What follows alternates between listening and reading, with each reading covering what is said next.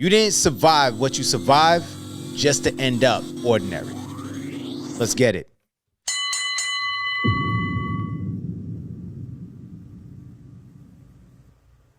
What up, fighters? What up, fighters? Peace, fighters. What's going on? This is Anthony. Welcome to another round of Next Round. And thanks a lot for rocking with me again. And man, thank you for just tapping in so we can get this all going again. To all my new people joining me, thank you. Thank you, thank you, thank you. Y'all, we're going to start talking about pain. A lot of you can relate to that. Can relate to the pain, right? And I'm not getting here to be pious or anything, but I'm just calling it what it is. That it depends on who or whatever you believe in, but I know who I believe in. But here's what I need you to understand is that the pain that we go through, it is not for show. It is not for show. I know in today's time that people cannot wait to go online, go on whatever it is they got to go on just so they can prove that, hey, I'm in pain right now, right? And here's what you need to understand, my man, is that God doesn't waste pain. God doesn't waste pain. And we're going to talk about how setbacks can become sacred lessons for you. Setbacks can become sacred lessons. And here's what I need you to understand. Pain isn't punishment. Pain is not punishment. I know that whenever we're going through certain things, depending on how you grew up, if you grew up in a hard part of the train tracks, if you grew up on the wrong side of the train tracks, or you grew up in the hood, or you grew up in the wrong part of the hood, if you grew up privileged, if you grew up in different areas of your life, we oftentimes think that, oh man, you know what? This is where I am. I'm only to be here and I'm supposed to stay here. And we ask that question, if God is love, why would God leave me here like this, right? We ask those questions. If God is love, why would he take my mother? If God is love, why would he take my pops? If God is love, why would he take my brother, my sister? Why would God do that, right? We ask these questions because there's answers that we're looking for. So here's what I need you to understand. Pain isn't punishment. It's preparation. The seasons that broke you also built parts of you that comfort never could. Say that for you again. The seasons that broke you are also the parts that built you up that comfort can never do. And it will never do that. Comfort doesn't build you up. Comfort sedates you. Comfort sedates you. This is why we're having so many things given to us to sedate us. So every delay, every disappointment, heartbreak carried information to your comfort zone saying that, listen, this comfort zone that you're in is hiding something from you. Your comfort zone is lying to you. No. So this is what it is. Whatever you're going through, the delay that you're going through for that job you're looking for, my man, yes, I get it. You've been filling out 10, 12 applications per day. And you've been getting 15 rejection emails per day. That's what it just feels like. Like, man, can I get anything? Or I should say per week. You're getting rejection emails. You're getting delay when you went to the bank so you can get a loan for a new home. And then the bank says, hey, listen, this is not it. We can't give that to you right now. We can't do this for you because your credit score, or it can be something else. You may have a good credit score, but they may find something else that says, nah, we can't give this to you. The disappointments we've had. As men, we deal with disappointments, and some men deal with these disappointments in different ways. Some men hit the bottle. Some men hit the vape. Some men spark up a good one. They go ahead and light it up. Some men, they look for sex. Some men, they look for other things to go ahead and numb it. And therefore, as I said to you, it sedates you. It puts you back in your comfort zone to be sedated. And these disappointments that we deal with as men, we don't like people to know about it. We don't want people to know about it. That's why you have some dudes who crash out. They crash out whenever they have a disappointment. It can be anything. They fail the class or they fail the subject, and now they got to take that all over again. And guess what? That does a setback. It delays graduation for them. It delays matriculation for them. You have a business that you're trying to start for yourself, and you're like, man, I don't want to work for these people no more. And every time I try to start this up, this doesn't work out. Yes, it's a delay. And next we got to deal with, fellas, let's call it what it is. We got to deal with heartbreak. Heartbreak. Men, we go through that. I don't care how strong you are, how tough you are. We all have to deal with heartbreak at some point. If you had to deal with a woman, you either was dating someone, you was in a good relationship or long relationship, or you were married, you had to deal with divorce. Yeah, heartbreak. Or one of the worst, or I consider to be the worst heartbreak is when you get it from family. You find out family played you. You find out family lied to you. You find out family was hiding stuff from you. You find out family did some dirty stuff behind your back. Or, as I said, worse, they hide stuff that was like, man, if you would have told me this before, a lot of things could have been taken care of. I remember I got my homeboy who I grew up with, known him since elementary school, and his mom was telling him different things about his dad. And let me know if you can relate to this.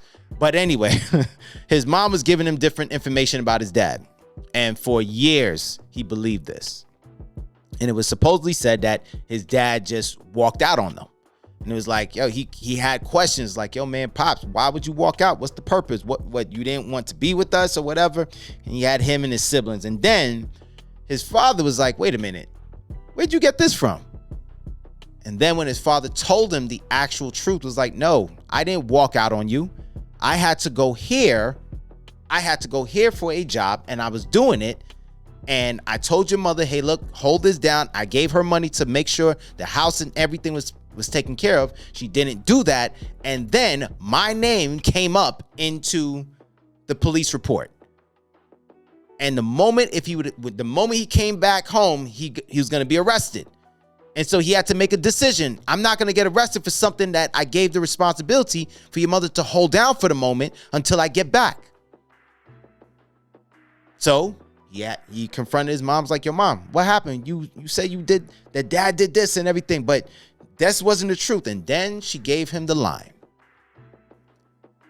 You were too young to understand. How many of you out there, man, have heard that? You're too young to understand. Some of you currently hear that. Some of you have heard that. But then when you hear the truth, when the truth come out, for some of you, the truth, when the TRUF comes out, the truth come out, you be like, wait, what? This what was happening? This went down, but nobody was saying anything to me? It breaks you. It pisses you off because you're like, wait a minute. This whole time, for these 20 years of my life, 30 years of my life or more, now I'm finding out, hold up, this was the real truth this whole time. And so, as I said, the delays, the disappointments, the heartbreaks and everything, it gave information your comfort zone would have never given to you. That your comfort zone would have kept hiding from you. So if you didn't ask your parents, hey, yo, dad, mom, why is this like this? Who's my real father? Are these people my siblings? Are they my true siblings? Who are they? Hey, I wanted to know, where was I really born? You had questions. Hey, listen, there was supposed to be an inheritance left for me. Where did it really go? Granddad left, Granny left some inheritance for me. Where did it go?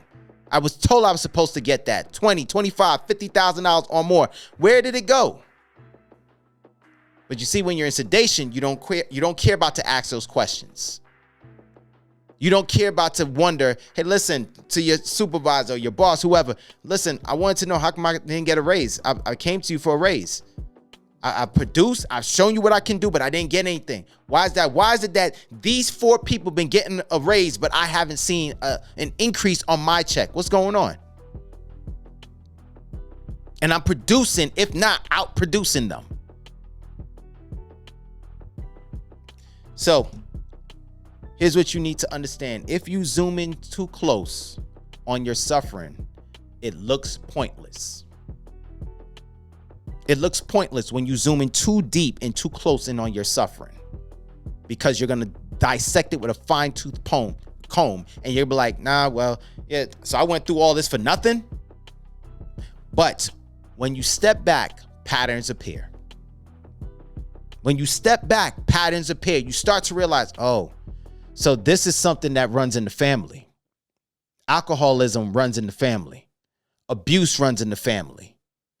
Also, I wasn't the only one who failed at a business before. My uncle failed at a business. My cousin failed at a business. Granny failed at a business. Oh, okay, so I'm not the only one this has happened to.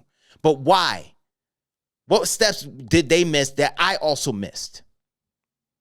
And also, the things you call losses end up being your greatest education. If you went through a divorce, you went through a bad breakup, and that hurts you big time, you losing that person, yeah, that becomes an education. That ends up becoming a great education for you because you start to realize, like, wait a minute, you know what? I start seeing the type of women that I entertain. My last 3 relationships or my last 3 girlfriends, yeah, I start to see that, I entertain this. I'm on my 2nd divorce, maybe 3rd divorce, and everybody's a problem except me. Nah, I'm the common denominator here. Man, I don't know why whenever people I'm around, they always getting in trouble. Oh, you know what? I need to pay attention. I didn't pay attention to the people that I surround myself with. I didn't pay attention to the circle I surround myself with. I thought I need this group of people in order to stay alive in life. I thought I needed this group of people, but I started to find out, no, these people don't work for me. Some of you had to learn great loss to learn a great education. And those losses gave you that education. Some of you may have lost a sibling. What education did that teach you? What was the lesson there? Well, he was running the streets. He was doing wrong. He always had a fight with somebody. And then he picked the fight with the wrong person, or he did the wrong thing. And he finally got caught up. My brother was out there running. He was running numbers. He was running drugs. He was running whatever. He was pushing this and that. And then finally, he got jammed up. And then he sold it to undercover. Got caught. Now he's doing Fed time. Big difference. He's doing Fed time. So what losses have you had in your life that taught you a great education? Put that in the comments. I want to know what losses in your life have taught you one incredible education. It may not be 1, it may not be 2, but it taught you some things. I'm telling you, losses I've had, it's taught me some incredible lessons. Fool me once, shame on you. Fool me twice, shame on me. Fool me a 3rd time, I'm the dummy. Had to learn. So here's what I need you to do, man. I need you to stop asking why me and start asking, what is this trying to teach me? Stop asking, man, why am I going through this? Why? No. What is this trying to teach me? You see, again, this is what I brought to you earlier. This is where you have to go into you have to take a fine-tooth comb and look through certain parts of why you're going through certain things. As I said to you earlier, pain is not your punishment. It's preparation. So, and for preparation, just like if you have a master in whatever martial arts, guess what? One of my favorite movies, Kickboxer, when Jean-Claude Van Damme's character had to go to the master, and that master was putting him through some grueling, good Lord. He put him through some grueling stuff. To my old school heads, you remember. He put him through some grueling stuff, had it splitting his legs, and this guy is screaming. And then when he's just putting, and then the master's just hitting his leg with a bamboo. And anybody ever had a bamboo hit him, that joint hurt. And not just a skinny one, a thick one. Bop! On his leg. Then he went here. Same thing. Bop! On his leg. Just kept hitting him. And why? It was to see how focused could he be when he gets hit. And all that culminated to be right when he got in his matches. So that's what we have to ask. What is this trying to teach me? I had to go through that. What are these things trying to teach me? Turn every step back into a study session. What habit did it expose? Ooh. What habit did it expose about me? Comfort. Seeking comfort is a habit when you go through things. When you just go straight to comfort food, comfort vices, yes, that's a habit instead of dealing with it head on.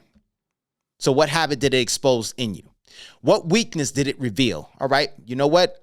I couldn't get these jobs because my interviewing skills were bad. I probably am not good at interviewing, so maybe I got to work on that. I don't like to look people in the eye when I talk to them. So maybe when I was doing my interview, they kind of felt distrusting of me. So what weakness do these losses and this pain reveal about you? What did it reveal about the situation? And also, what wisdom did it force you to learn? There's always a gold nugget in whenever we go through pain. There's always a gold nugget somewhere. We just got to find it. But what wisdom did it force you to learn? Some of y'all be like, oh yeah, it showed me don't trust nobody. Okay.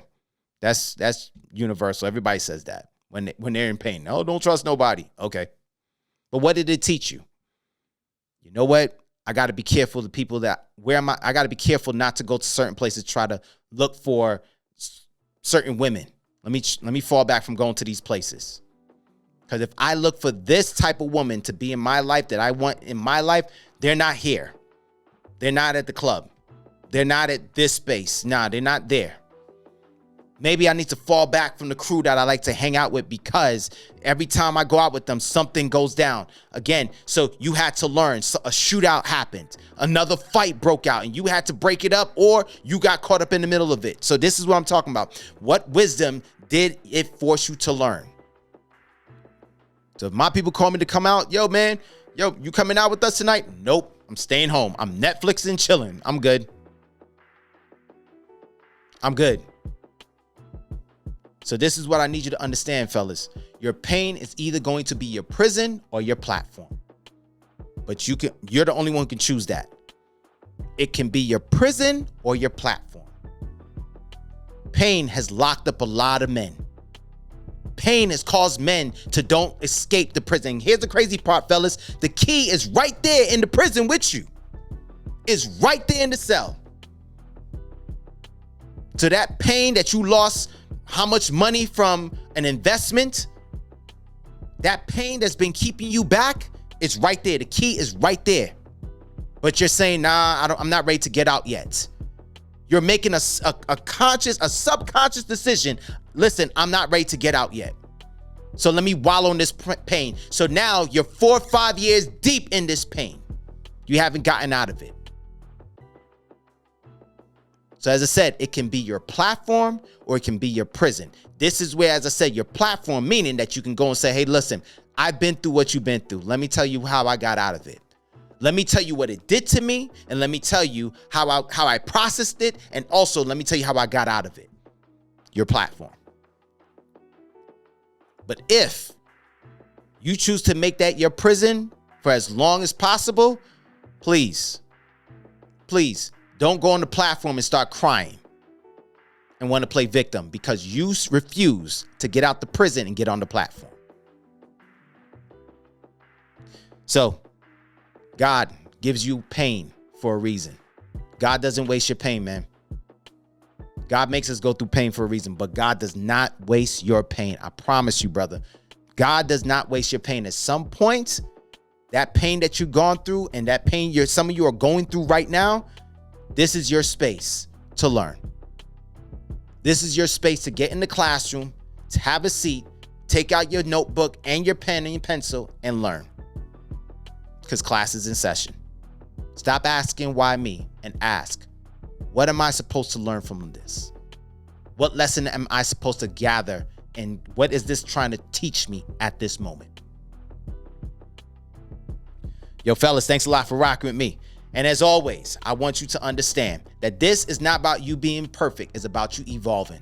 The only way you're going to evolve is that whether you win or lose, the fight is never over. It is always your next round. I'm Anthony. I'm going to check you on the next one, y'all. Peace.